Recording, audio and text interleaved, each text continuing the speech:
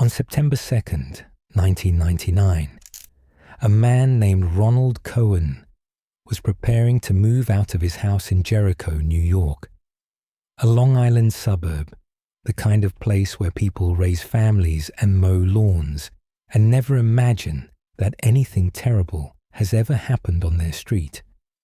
He had just sold the house for $455,000. There was a steel drum in the crawl space beneath the ground floor. It had been there since the day he moved in 9 years earlier, and he had never opened it. Now, out of curiosity or obligation, he pried off the lid. Inside, beneath a layer of plastic pellets and green dye, he found a human hand, and attached to the hand was a body, the mummified remains of a young woman, 9 months pregnant, who had been beaten to death with a blunt object and sealed inside the drum sometime around 1969. She had been there for 30 years. 3 different families had lived in that house. Children had played above her. Dinners had been cooked. Christmases had been celebrated. And beneath the floor, in the dark, in the silence, in a steel drum that was supposed to be dumped in the ocean, but turned out to be too heavy to move, a young woman from El Salvador had been waiting to be found. This is the case of Reyna Marroquín, and this is the open file.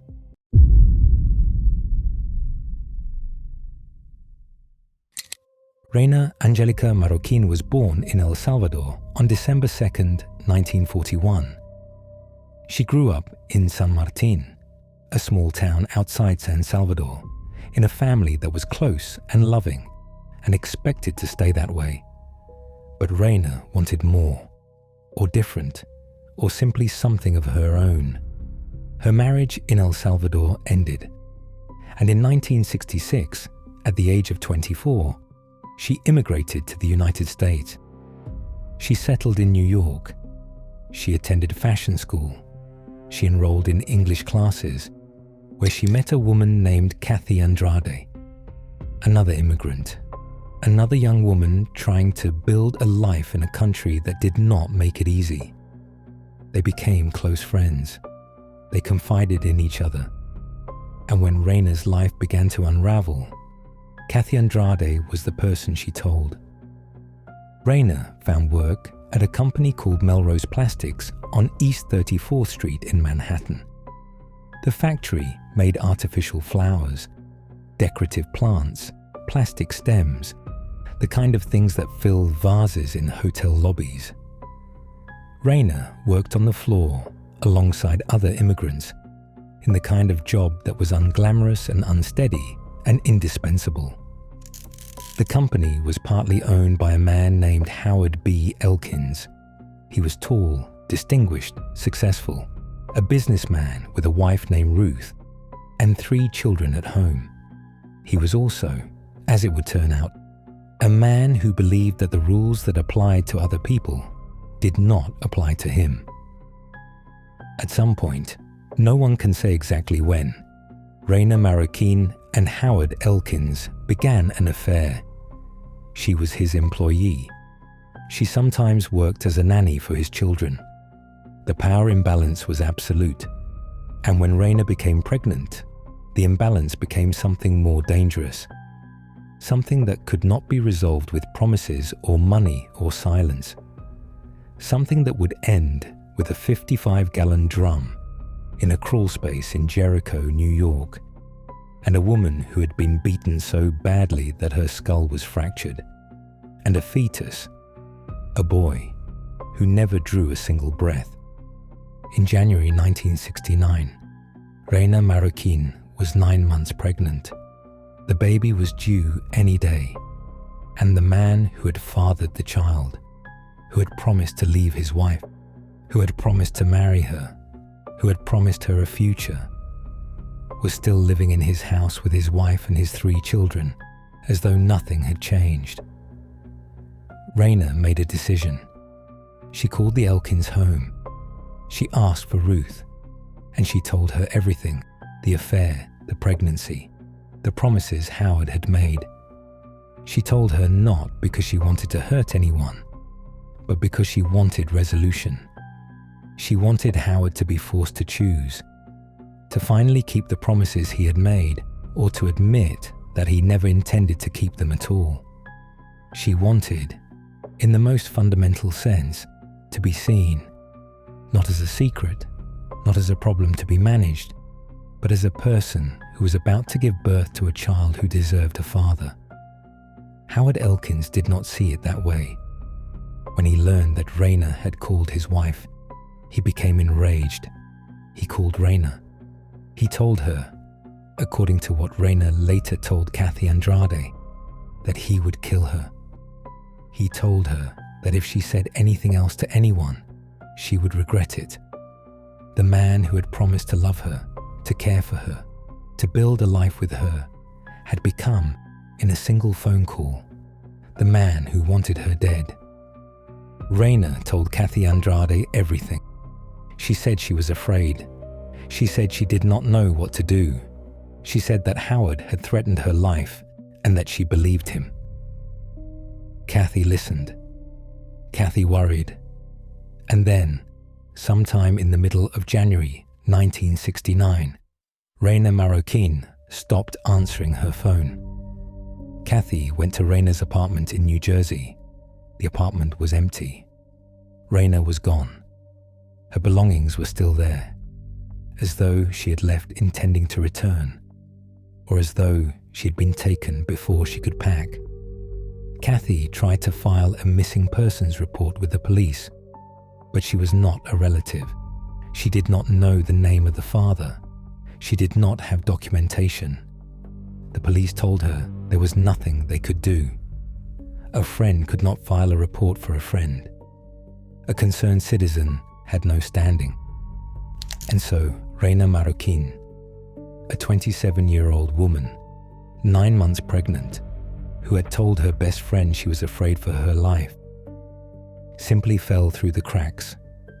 She would not be found for 30 years. In El Salvador, Reyna's mother noticed that the letters had stopped. Reyna had been a faithful correspondent. She wrote home regularly about her job, about New York, about the life she was building. And then, in January 1969, the letters simply ceased. No explanation, no goodbye, no warning, just silence. Her mother wrote letters of her own to the last address she had, to anyone who might know something. She received no answers. She asked the authorities in El Salvador for help. There was nothing they could do. Her daughter was in the United States. She was beyond reach. She was gone. For 30 years, Reyna's mother waited.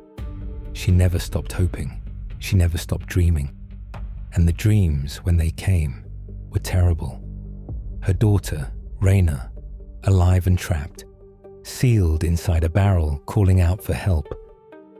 A nightmare so specific, so vivid, that when a reporter finally arrived in San Martin in 1999 to tell her the truth, she did not need to be told what shape the truth would take. She already knew. She had dreamed it.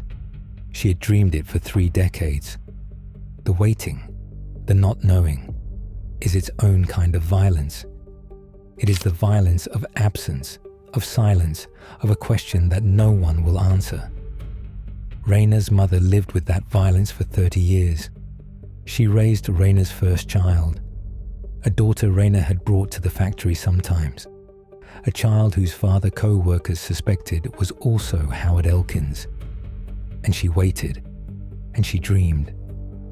And when the answer finally came, it came in the form of a reporter knocking on her door, holding a photograph, and asking her to identify a turquoise ring.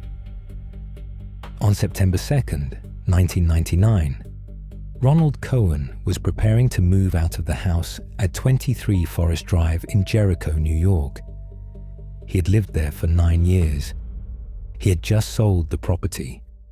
And before he left, he decided to open the steel drum that had been sitting in the crawl space beneath the ground floor since the day he moved in. He had never opened it before. He had never asked what was inside. It had simply been there. A fixture, a piece of the house, something that belonged to a previous owner and that no one had ever bothered to remove. The drum was a 55-gallon steel barrel. It was sealed. When Cohen pried off the lid, a chemical odor rushed out. The smell of industrial dye, decades old and still potent. Beneath a layer of polystyrene pellets, he saw what looked like a human hand. He called the police. Inside the drum, Nassau County detectives found the mummified remains of a young woman. She was petite, between 4'9" and 5 feet tall. She had been wrapped in some kind of cloth. She was pregnant. The fetus, a boy, was approximately 17 inches long and still visible within the remains. She had died from blunt force trauma to the head. She had been beaten to death, and then she had been sealed inside a steel drum, and the drum had been left in a crawl space, and for 30 years, no one had looked inside. The drum also contained other items. Polystyrene pellets, the kind used in the manufacture of artificial flowers. Green dye, commercial grade, industrial. A plastic artificial plant stem. 2 rings, one of them inscribed with the initials MHR. A locket engraved with the words, "To Patrice Love, Uncle Phil." And a small address book, decayed, water damaged, its pages stuck together and nearly illegible. Investigators traced the drum's manufacturing markings. It had been made in 1965 in Linden, New Jersey. It had been shipped to a company called Melrose Plastics, a Manhattan-based manufacturer of decorative artificial plants. The barrel had originally been used to transport green dye. Melrose Plastics had been partly owned by a man named Howard B. Elkins, and Howard Elkins had, in 1969, owned the house at 23 Forest Drive in Jericho. He had sold it in 1972, 3 years after Reyna Marroquín disappeared, and moved to a retirement community in Boca Raton, Florida. The address book was the key. It had been inside the drum for 30 years, exposed to moisture, to chemical residue, to time. The pages were fused together. The ink had faded to near invisibility. But investigators had tools that did not exist in 1969. Using moisture extraction, magnification, and a video spectral comparator, a device that uses infrared light to reveal writing that has been degraded beyond the reach of the human eye, they began to recover what the pages contained. A name emerged, Kathy Andrade, a phone number, a social security number, a resident alien registration number, and a handwritten note, faded almost to nothing but still traceable. A message that had been written in the address book and sealed in the barrel alongside the body. Don't be mad, I told the truth. The phone number was the break. Detectives dialed it, a number that had been disconnected and reconnected, that had passed through decades of telecommunications history, that by all logic should have led nowhere. But Kathy Andrade still had the same phone number she had in 1969. And when she answered, and the detectives told her what they had found, she knew immediately. Reyna, she said. Her name was Reyna Marroquín. Kathy Andrade told the detectives everything. The affair, the pregnancy, the promises Howard Elkins had made and broken, the phone call to Ruth Elkins, Reyna's desperate attempt to force resolution, the threat Howard had made, "I'll kill you," the empty apartment, the missing persons report that the police had refused to take because Kathy was not family, the 30 years of silence. And she told them the name of the man investigators increasingly believed was responsible. the man whose name was on the drum, the man whose factory had used the dye and the plastic pellets, the man who had owned the house on Forest Drive, the man investigators increasingly believed was responsible for Reyna's death, Howard Elkins. In September 1999, two Nassau County detectives, Brian Parpan and Robert Edwards, flew to Boca Raton, Florida. They found Howard Elkins living in a comfortable retirement community, a walled, affluent enclave of townhouses overlooking a golf course. He was 70 years old. He was still married to Ruth. He had 3 grown children. He was known as a pleasant, private individual, the kind of man who keeps to himself, who is active in the community, who neighbors describe as jovial and not the type. The detectives rang his doorbell. Elkins answered. He was tall, distinguished, a big man with a beard, and when he learned why the detectives were there, the drum, the body, the address book with his name in it, he was, according to the detectives, a little taken aback. They interviewed him at length.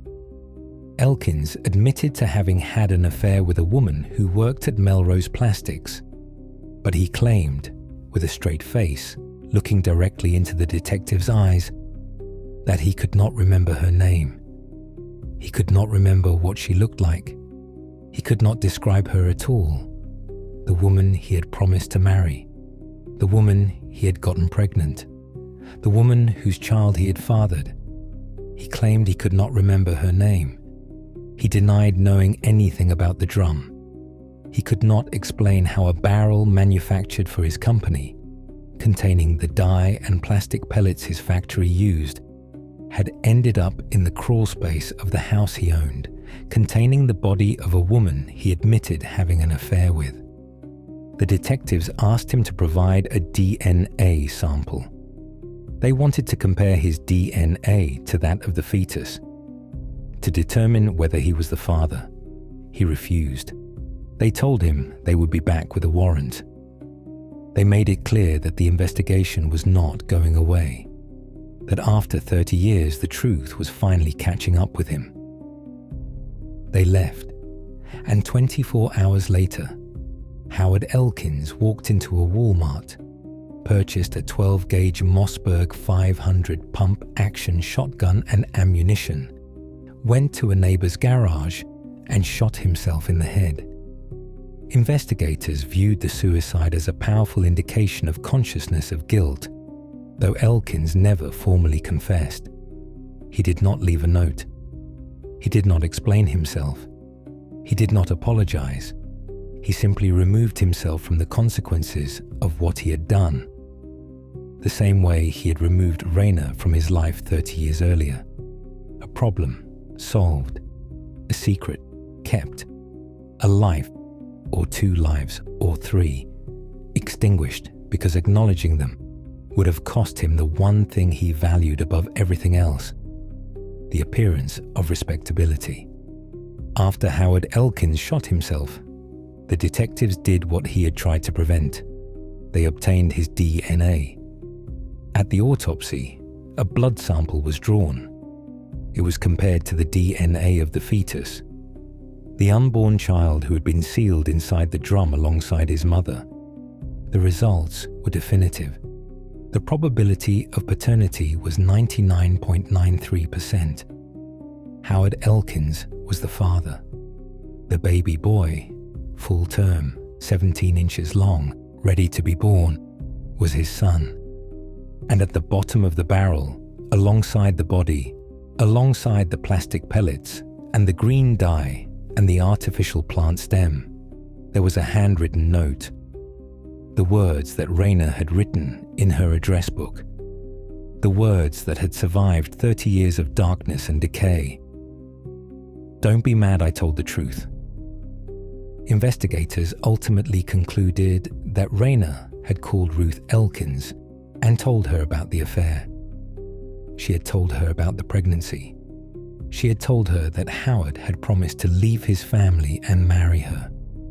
And for this, for telling the truth to the woman whose husband had lied to both of them.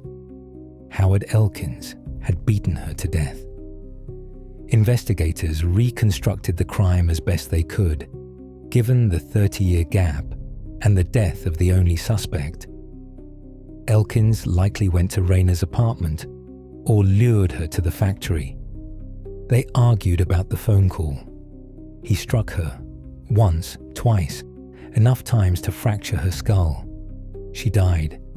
He was left with a body and a problem, and a factory full of industrial materials. The drum had been manufactured in 1965 and delivered to Melrose Plastics. The plastic pellets were from the factory floor. The green dye was from the same shipment. Elkins put Reyna's body inside the drum, filled it with pellets to weigh it down, and sealed the lid. His plan, what detectives believe, was to load the drum onto his boat and dump it in the Atlantic Ocean, where it would sink and never be found. But the barrel weighed more than 350 pounds. One man could not move it alone, and Howard Elkins, for all his business success and his social standing and his carefully maintained facade of respectability, was one man. So he did the only thing he could do. He pushed the drum into the crawl space of his house in Jericho, closed the door, and walked away. He sold the house 3 years later. The new owners, Arthur and Judith Ebbin, lived there for 12 years and never opened the drum.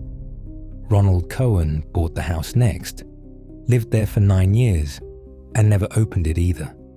3 different families, 30 years of Christmases, birthdays, homework, dinner parties, ordinary life. And beneath the floor, sealed in steel, a woman and her unborn child, waiting. After Reyna Marroquín was identified, the investigation turned to a question that was not forensic, but human. Who was she, and who had been waiting for her? A reporter named Oscar Corral from Newsday flew to El Salvador. He traveled to the town of San Martin. He found Reyna's mother, a 95-year-old woman known in her community as Grandma Marroquín.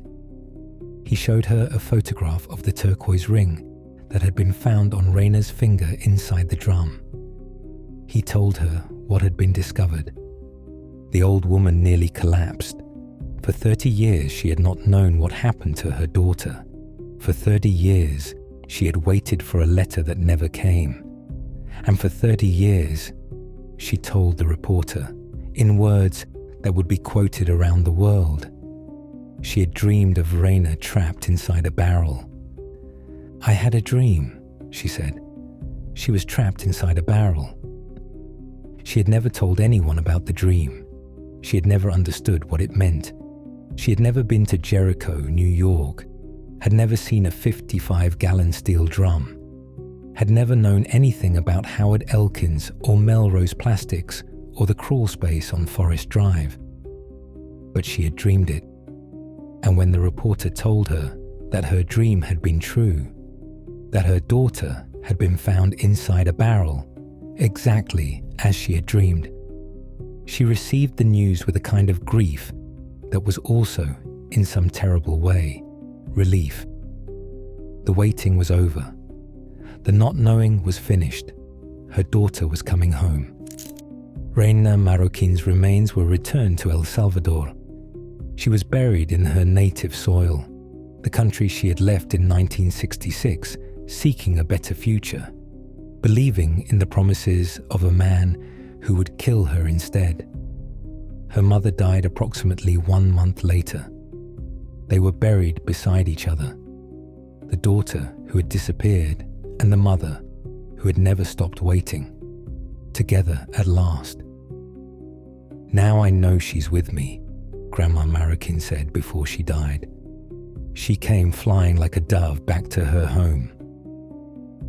The forensic evidence from the barrel told one story, but there was another story. A story that is less documented, less investigated, but equally tragic.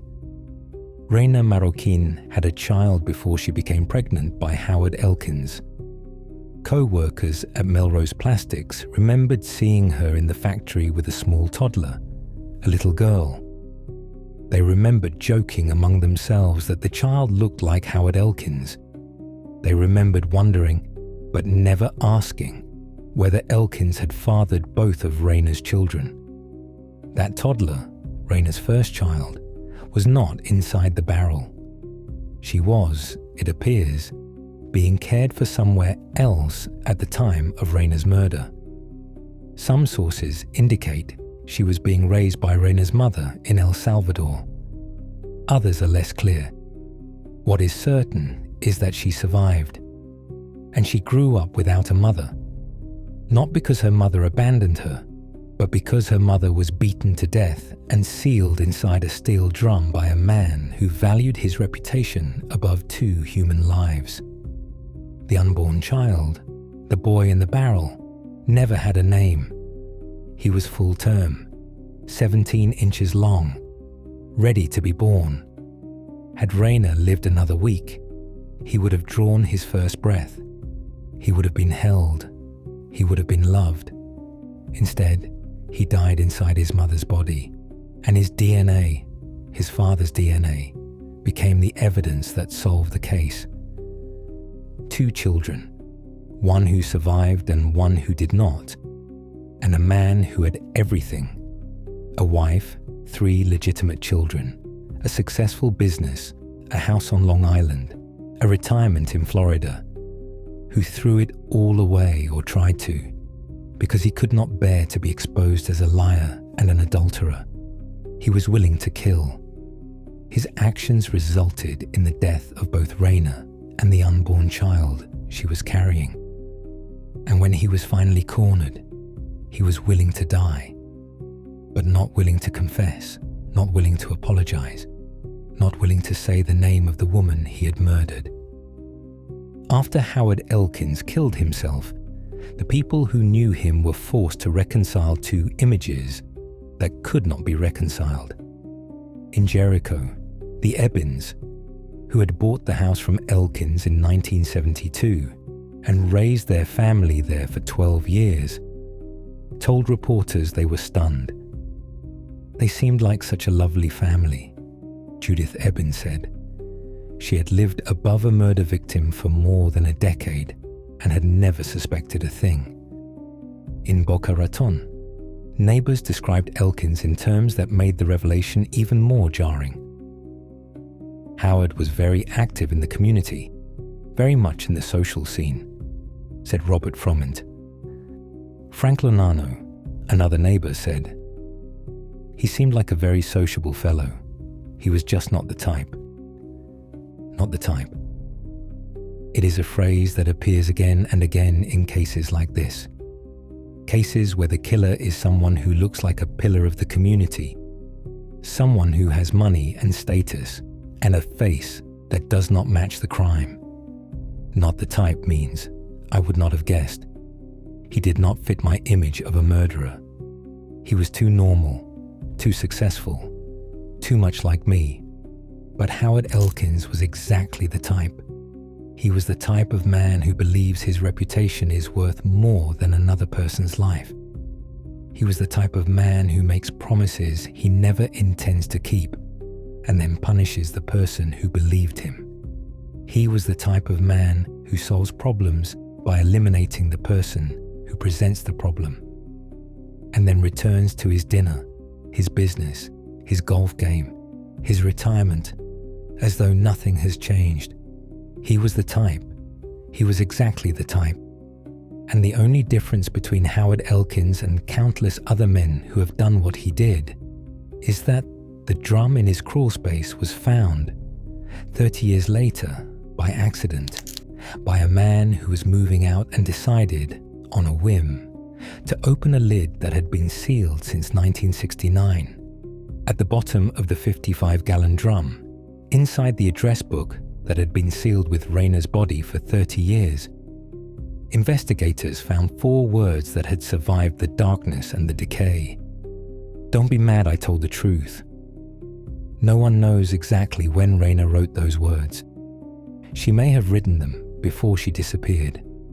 A note to herself, a record of what she had done and why. She may have written them after the threat, a message in case something happened to her, explaining what had led to it. She may have written them in the final moments of her life, a plea to the man who was about to kill her. The words survived. They outlasted Howard Elkins's lies. They outlasted his reputation. They outlasted his suicide. They became the epitaph for a case that could have ended in perfect injustice. A woman murdered, a killer free, a family never knowing, but instead ended with something closer to the truth, even if it was a truth that came 30 years too late. Don't be mad I told the truth. She was apologizing. To whom? To Howard? To Ruth? To someone else whose name is lost? She told the truth about the affair, about the pregnancy, about the promises Howard had made. She told the truth, and for telling the truth she was beaten to death with a blunt object, her skull fractured, her body sealed in a barrel with the child she was carrying, her name erased from the world for 3 decades. And yet the note survived. In this case, enough of the truth survived to reveal what had happened. Sometimes buried in a crawl space for 30 years, sometimes recovered by an infrared light and a forensic scientist, sometimes spoken by a 95-year-old mother who dreamed of a barrel and knew, before anyone told her, what had happened to her daughter. Reyna Marroquín was 27 years old. She left El Salvador in 1966 seeking a better life. She found a job. She made a friend. She fell in love, or believed she had, with a man who told her he would leave his wife and marry her. She became pregnant with his child. She told the truth. And for telling the truth, investigators concluded she had been beaten to death and concealed inside a 55-gallon steel drum and left in a crawl space in Jericho, New York, where she remained for 30 years while the man who killed her sold the house and moved to Florida and played golf and told his neighbors he didn't remember his mistress's name. She was found by accident. A man was moving out and decided to open a drum. Inside was a hand, and attached to the hand was a body. And attached to the body was a story that had been waiting, in silence, in darkness, in the chemical residue of artificial flowers, for someone to tell it. Howard Elkins was 70 years old when detectives knocked on his door. He killed himself rather than face what he had done. His DNA, the DNA of the unborn son he had murdered along with Reyna, was extracted from his body at the autopsy. The probability of paternity was 99.93%. The science was unambiguous. The DNA established that Howard Elkins was the father of the unborn child, further strengthening the case investigators had built against him. Reyna's remains were returned to El Salvador. Her mother, 95 years old, who had dreamed of her daughter trapped inside a barrel, died a month later. They are buried beside each other. The daughter who left and the mother who waited. Together now, together forever. The note, "Don't be mad I told the truth," is still in an evidence locker. The barrel is still in an evidence locker. The house on Forest Drive is still standing. Howard Elkins' wife, Ruth, the woman Reyna called in January 1969, the woman who heard the truth and whose husband later became the focus of the homicide investigation, is dead too. The children, Howard and Ruth's 3 children, and Reyna's surviving daughter, are the ones left to carry the weight of what happened.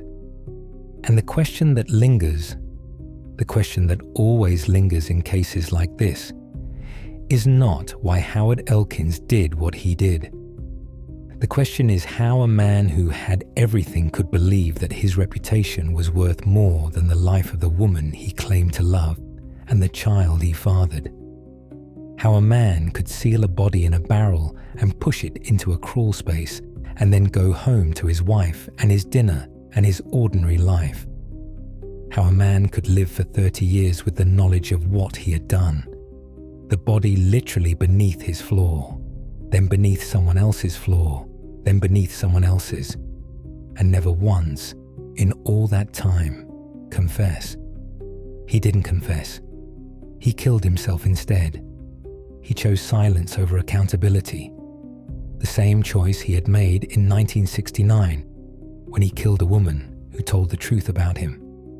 And the silence held for 30 years, and it would have held forever if a man moving out of his house had not opened a drum that no one had ever bothered to open before.